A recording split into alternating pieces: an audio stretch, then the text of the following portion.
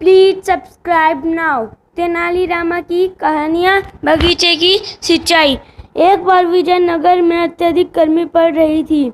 नगर के सभी बाग बगीचे सूख गए, नदियाँ और तालाब का जल घट गया।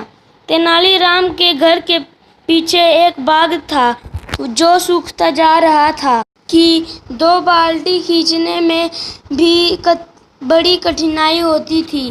तेनालीराम को बाग सूखने की चिंता सताने लगी।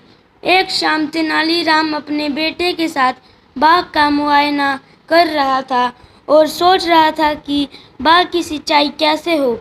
तभी उसकी नज़र सड़क के दूसरी पार खड़े एक वृक्ष के नीचे खड़े 3-4 व्यक्तियों पर पड़ी जो उसके मकान की ओर देख रहे थे और एक दूसरे से इशारों में कुछ कह रहे थे। तेनालीराम को समझते देर नहीं लगी कि ये चोर हैं और मेरे घर में सेंध लगाने के उद्देश्य से ही एकत्रित हुए हैं।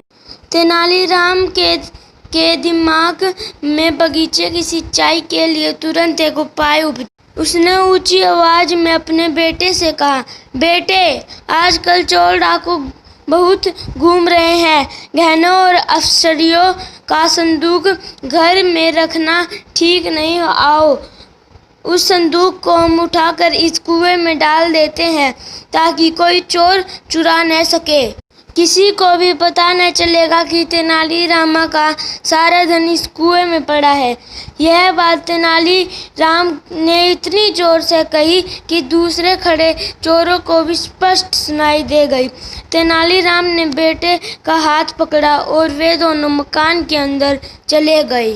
कुछ समय बाद बाप बेटे ने मिलकर एक संदूक में कंकड़ पत्थर भरे और उसे उठाकर बाहर ले आए। फिर उसे कुएं में फेंक दिया। पाक की तेज आवाज से संदूक पानी में चला गया। अब हमारा धन सुरक्षित है। कोई कल्पना भी नहीं कर सकता कि हमारा धन इस कुएं में होगा, तेनालीराम ने ऊंची आवाज में कहा। दरअसल वह चोर को सुनाना चाहता था। घर के पीछे खड़े चोरों यह बात कर मन ही मन मुस्काए। रात हुई, चोर आए और अपने काम में जुट गए। वे बाल्टी भर कुएं से पानी निकालते और धरती पर उड़ेलते।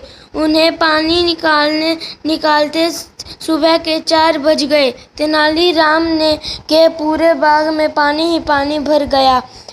एक एक वृक्ष, एक एक पौधे को जल तृप्त हो गया।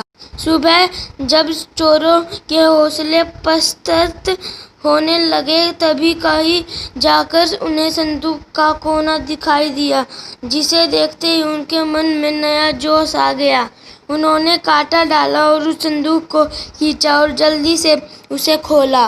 और यह देखकर वे हक्के बक्के रह गए कि उसमें पत्थर भरे थे। चोरों को समझते देर नहीं लगी कि तेनालीरामा ने उन्हें फंसाने के लिए यही चाल चली है। अब तो वे सिर पर पाँव रख कर भागे।